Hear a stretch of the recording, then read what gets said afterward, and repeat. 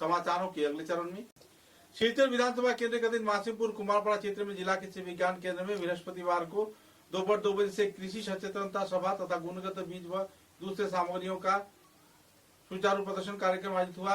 साथ ही कृषि उत्पादन के क्षेत्र में अहम भूमिका निभाए जाने के कई पहलुओं पर आलोकपात किया गया। राष्ट्रीय संगीत के जरिए कार्यक्रम शुरू किया गया। तत्पश्चात प्रदीप प्रज्वलन व दूसरे कार्यक्रम भी आयोजित किए गए। कार्यक्रम में प्रमुख अतिथि के रूप में बड़खला के विधायक किशोर नाथ, कछा जिला परिषद के चेयरमैन कंकन नारायण सिकदार व दूसरे हस्तीगण मौजूद थे। कृषि विभाग के वरिष्ठ कार्यकर्ता डीओ राहुल चक्रवर्ती, कुमारपाड़ा जीपी सभानेत्री अपर्णा दास, सह सभापति दीपंकर पाल, कृषि विज्ञान केंद्र के सीनियर वैज्ञानिक सुरेश चंद्र विश्वास भी कार्यक्रम में मौजूद रहे और अपने मतों का बखान किया। कुल मिलाकर एक आनंदपूर्ण माहौल में यह कार्यक्रम संपन्न हुआ और किसानों को उपज के क्षेत्र में कई पहलुओं के बारे में भी जानकारी दिया गया।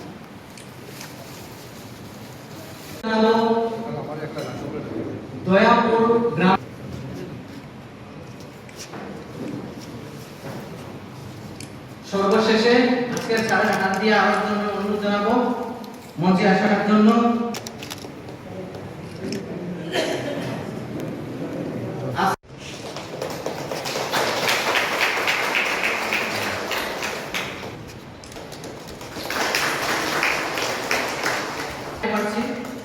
আমাদের কাছাড় জেলার কুমারপাড়া গ্রাম পঞ্চায়েতের সভানেত্রী মহাশয়া, কুমারপাড়া গ্রাম পঞ্চায়েতের আঞ্চলিক পঞ্চায়েত মহাশয় দুজনকে একটা ডাক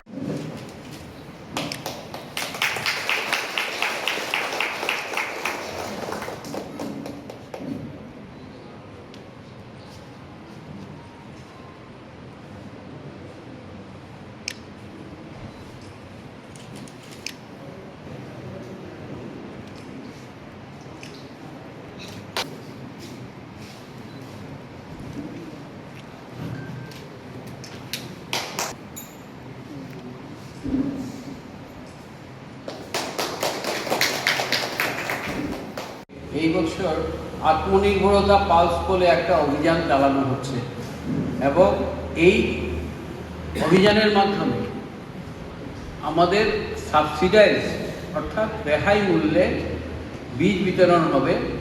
প্রতি কুইন্টাল বীজের দাম, বীজের যে মূল্য হবে তার মধ্যে সরকারি রেহাই থাকবে 3000 টাকা করে প্রতি কুইন্টালের মধ্যে। বাকিটা আপনাদের ফার্মার শেয়ার হিসাবে আপনারা সেটা ক্রয় করতে পারবেন।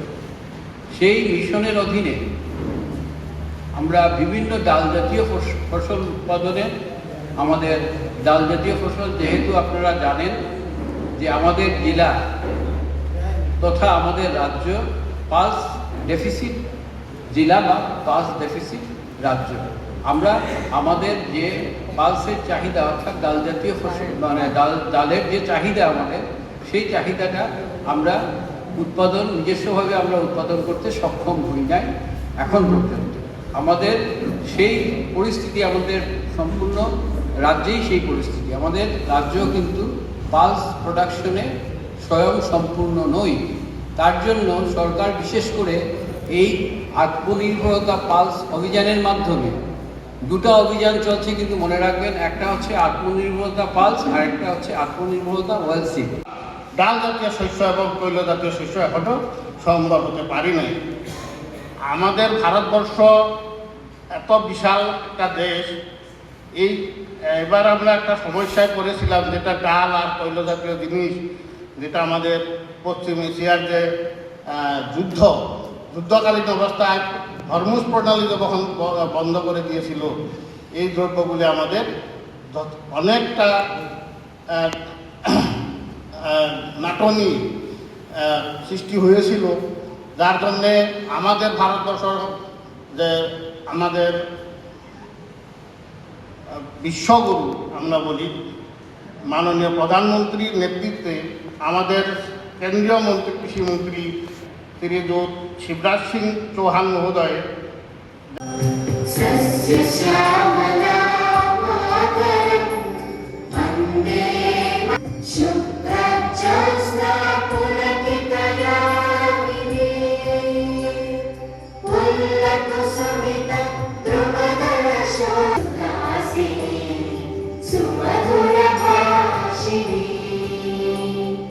सुखदा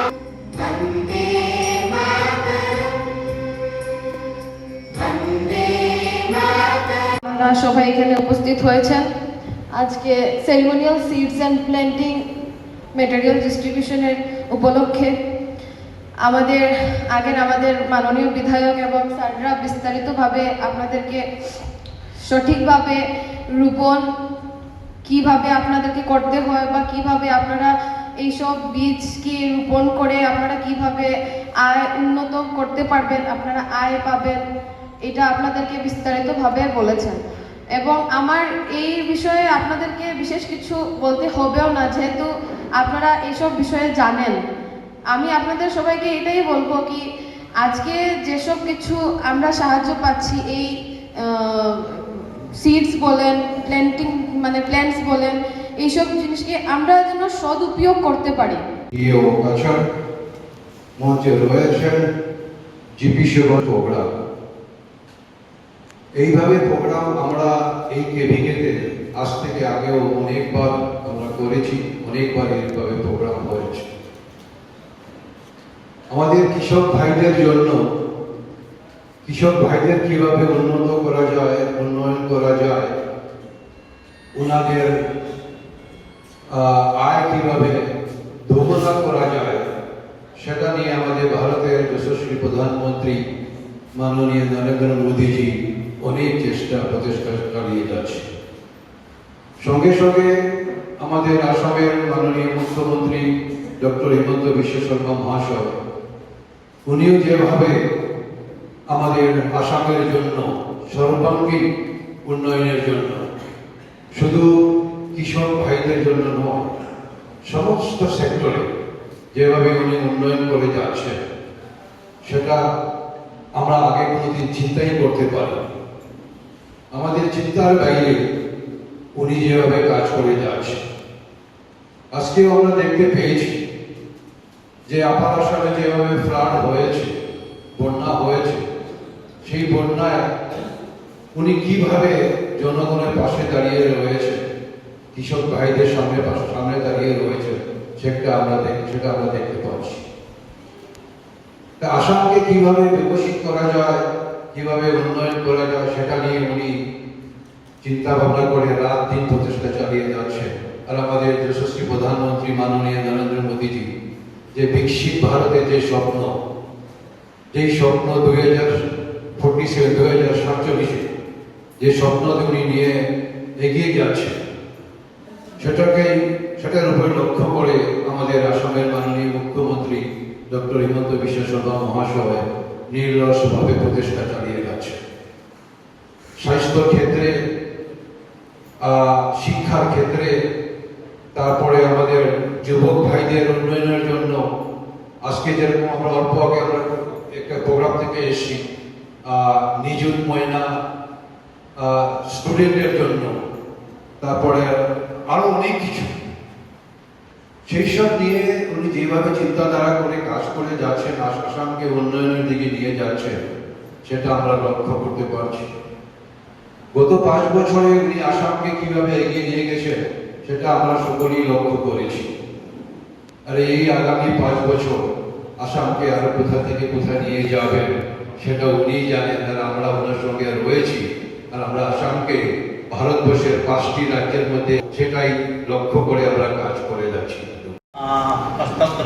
আজকে এখানে প্রায় 106 জনের উপস্থিত হওয়ার কথা, যাদের নাম নথিভুক্ত হয়েছে, যারা এই বীজ বা চারা পাওয়ার আবেদন করেছিলেন। আর অনেকেই এখানে আসেননি বা হয়তো এসেছেন, চলে গেছেন। তো বিস্তারিত কিছু হয়তো আমি মানে জানিও না, তবুও দু একটি কথা বলবো।